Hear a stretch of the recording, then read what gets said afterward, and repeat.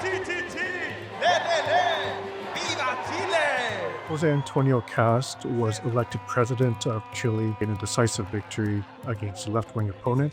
He will become the most conservative president that Chile has had since the return of democracy in the 1990s. Amid this wave of support for right-wing politicians across Latin America over the last few years.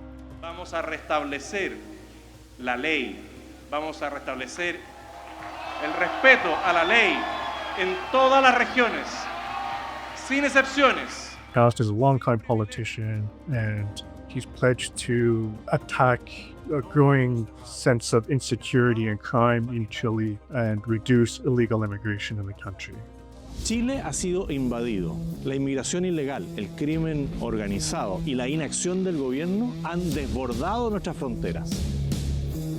Pero eso se acabó. Chile has long been one of South America's safest countries, but over the last few years, it's seen a dramatic increase in immigration that has mainly come from Venezuela, and it has seen a small increase in crime over recent years. A lot of voters had tied that to immigration, which José Antonio Kast pledged to crack down on, pledging to build ditches in the north along the border to prevent migrants from entering the country, and also expelling those migrants who are in Chile illegally. A las personas que hoy día infringen la ley y están de manera irregular en Chile, les quedan 90 días para dejar el país.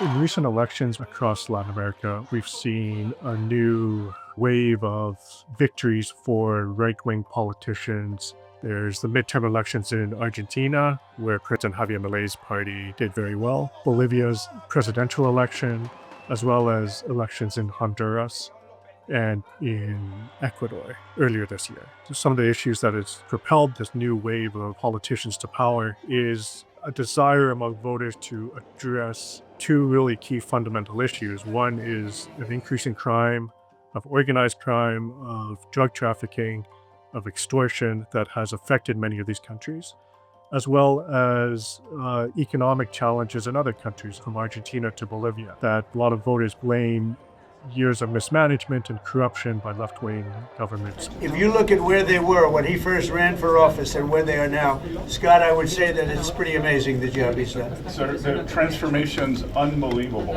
He inherited the same kind of mess you did, and he's doing the same kind of job. The Trump administration is looking to boost a lot of those candidates that it is allied with. In Argentina, the U.S. provided a $20 billion bailout to President Milei's government just weeks before crucial midterm elections. In Honduras as well, just before the presidential election there, President Trump said that he would reconsider support for the country if his candidate did not win. President Trump has also even gone after left-wing politicians and presidents in the region, most notably President Petro of Colombia. He better wise up, or he'll be next. He'll be next, too. With the rise to power of several right-wing politicians and governments across Latin America, this provides an increased opportunity for the U.S. and the Trump administration. A lot of these governments want to have closer relationships with the U.S. on economic and security issues. They need to also maintain ties with China due to its economic influence in the region, but they want to have closer ties with the U.S. We expect this right-wing trend to continue into next year during at least three important elections. In Peru, a right-wing candidate will most likely win the presidential election, and in Colombia, there will be right-wing candidates vying for power, as well as in Brazil.